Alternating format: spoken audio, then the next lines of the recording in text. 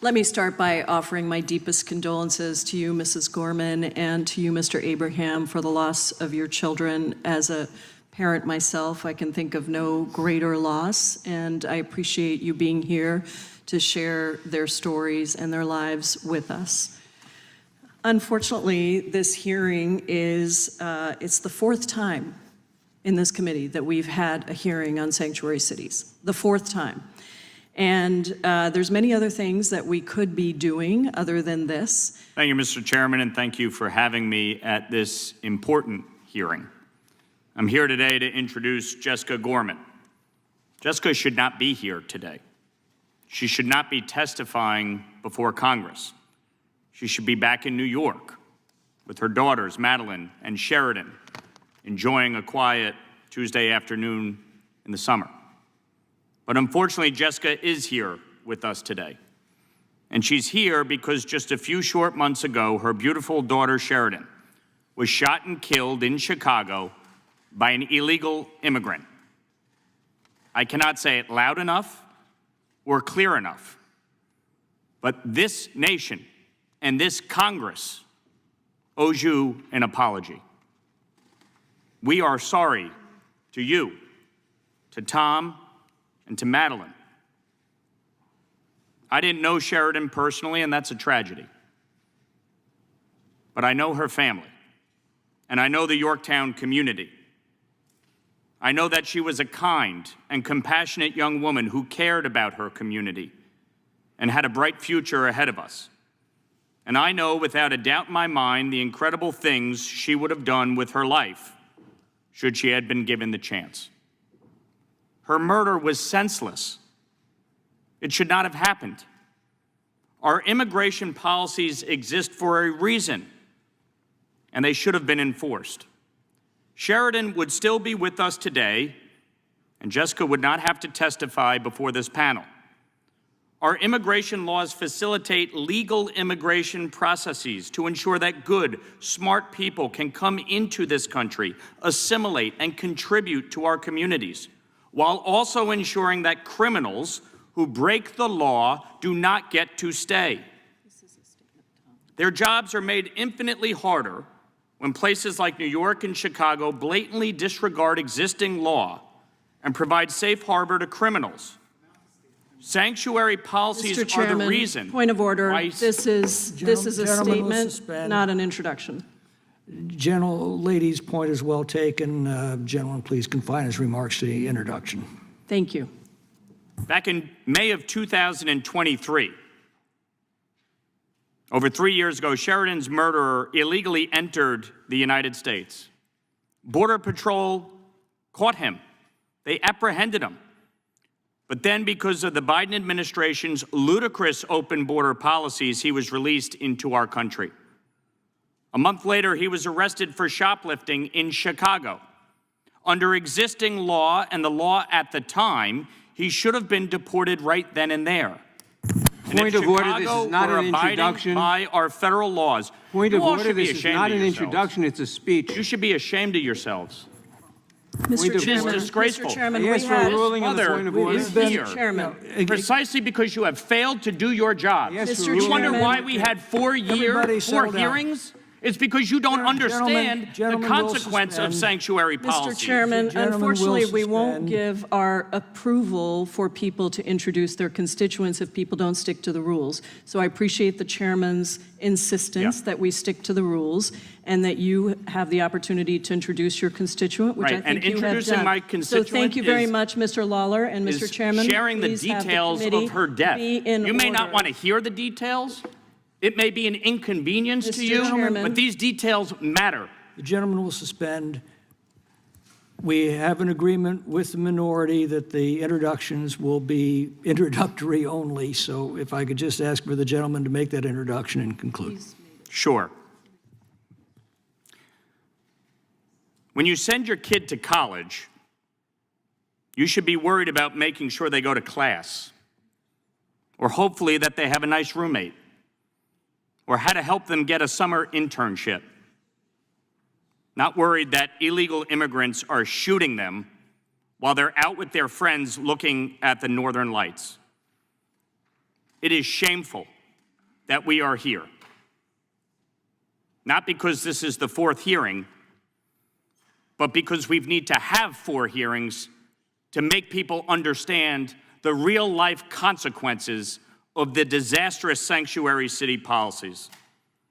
So while some of my colleagues may not want to hear the truth, the same outrage you feel about Renee Good and Alex Preddy, you should feel about Sheridan, Gorman, and Laken Riley, and every Angel family in this country. I do feel that outrage. You do not. Because if you did, you would not support sanctuary jurisdiction. Do you feel the outrage about Alex Preddy and Renee Good? You should be ashamed. You don't belong in this committee. You should get the hell out of here. You don't understand the rules of the committee. You don't understand the Constitution. You're a disgrace. Full of it. Mr. You're Raskin, an absolute disgrace supporting sanctuary policies. Say one word about Get rid of Say one word about Alex Preddy and Renee Good. I did. I wrote a whole New York Times op-ed about it. You should be absolutely ashamed of yourself for not opposing sanctuary policies that resulted in their daughter's death.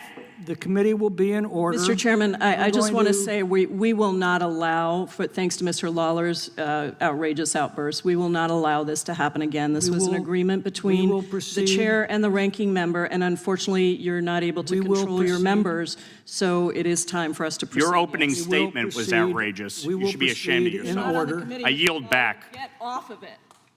Let me start by offering my deepest condolences to you, Mrs. Gorman, and to you, Mr. Abraham, for the loss of your children. As a parent myself, I can think of no greater loss, and I appreciate you being here to share their stories and their lives with us.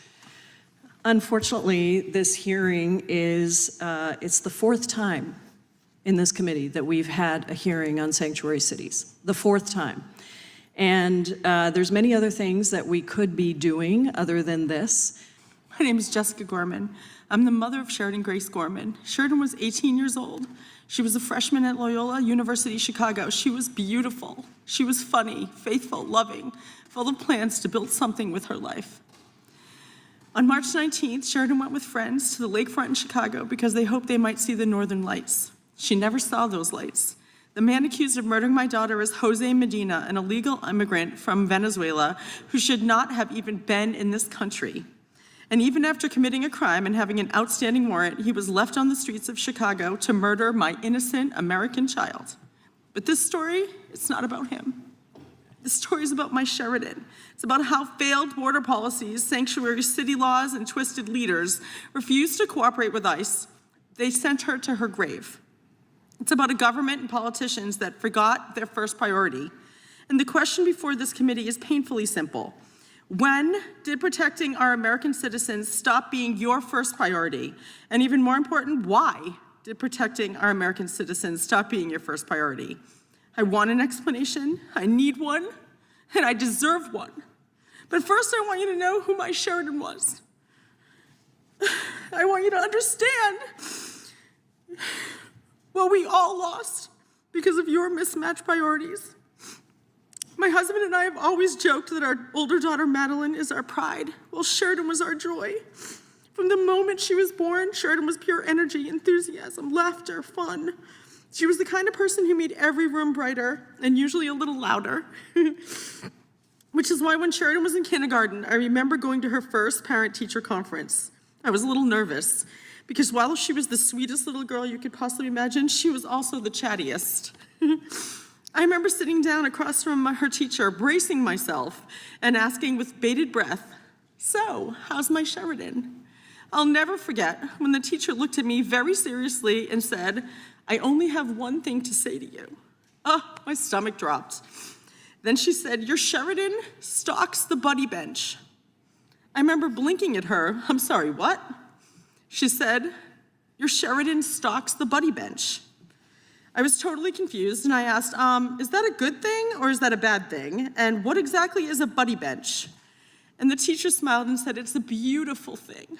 She explained that they had a bench in the play yard. She said that not all kids are as outgoing and confident as your Sheridan, so the children were told that if they wanted to play or if they felt lonely, left out, shy, they could sit on that bench.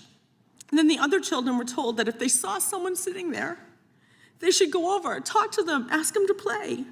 And apparently Sheridan, my tiny kindergartner, had appointed herself the guardian of that bench. Every day at recess, instead of heading straight to the swings or joining in a game of kickball, my daughter hung back and hovered by the nearby tree, just watching that bench, just waiting, just in case someone might need her. Kids didn't even have a chance to fully sit down on the bench before Sheridan was rushing over to take them, to take their hand, pull them away. Girls, boys, first graders, kindergartners, it really didn't matter to her.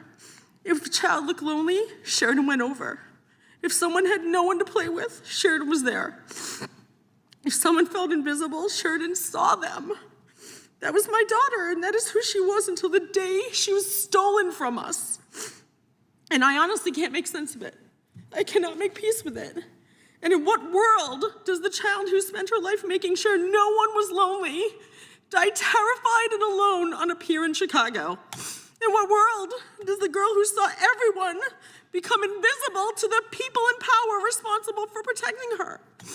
This cannot be explained away, and it cannot be buried beneath a list of unrelated issues that you all paraded before us. Thanks for telling me without telling me that, you're here, but you don't want to be. This is the fourth time you had angel families. Thanks for telling me you don't care.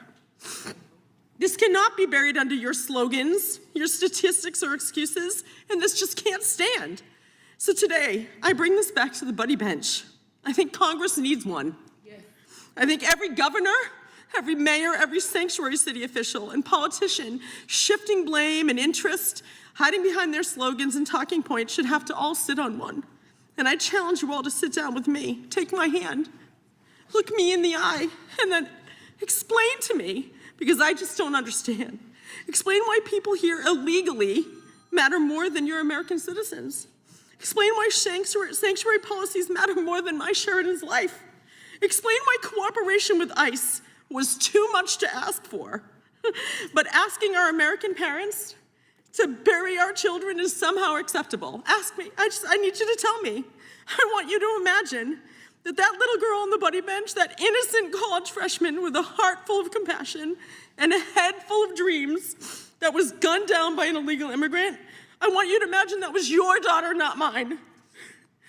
What if she was yours? Would you even hesitate for 1 second to act or to make changes? My Sheridan spent her whole life choosing others. Today, I'm just asking this committee in our Congress, in our country, to choose her. She was worth protecting, she was worth saving, and she was worth your brave vote. To all of those who have supported us, who have prayed for us, who have cried with us, and to those who have had the courage to speak out and say Sheridan's name, thank you. Because every time you say her name, you give a piece of her back to us. You remind the world that Sheridan was not a talking point. She wasn't a statistic or a headline. She was our daughter. She will always be my sweet sunshine. And if the people who failed her would rather look away, then I'm asking the rest of you to look right at her. Here she is. There's she and I. Here she is. This is taken the day before she died. Say her name, tell her story, and demand better. Because my Sheridan Grace Gorman should still be alive. And no mother should have to stand where I am standing, begging